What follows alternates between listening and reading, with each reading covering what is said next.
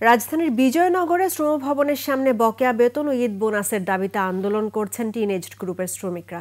পূর্ব ঘোষণা অনুযায়ী সকাল থেকে সেখানকার প্রবেশ মুখে অবস্থান নিয়ে বিক্ষোভ করেন কয়েকশো শ্রমিক। এ সময় তারা বিভিন্ন স্লোগান দেন। শ্রমিকদের বাধায় কার্যালয়ে প্রবেশ করতে পারছেন না কর্মকর্তা কর্মচারীরা। শ্রমিকরা জানায়, বকেয়া বেতন ও ঈদ বোনাস সহ সব দাবি মেনে নেওয়ার আশ্বাস না পেলে কোনো কর্মকর্তাকে ঢুকতে দেবেন না তারা। বকেয়া বেতন পরিশোধের দাবিতে গত ৮ দিন ধরে আন্দোলন করছেন টিনএজ গ্রুপের ৮টি পোশাক কারখানা শ্রমিক। দাবি পূরণ না হওয়া পর্যন্ত আন্দোলন চলবে বলে জানান তারা।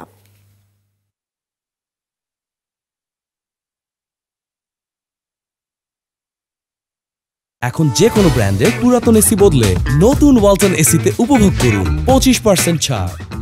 একজন শ্রমিক কাজ করে পেটের দায়ে, তার সংসার আছে, তার পরিবার আছে।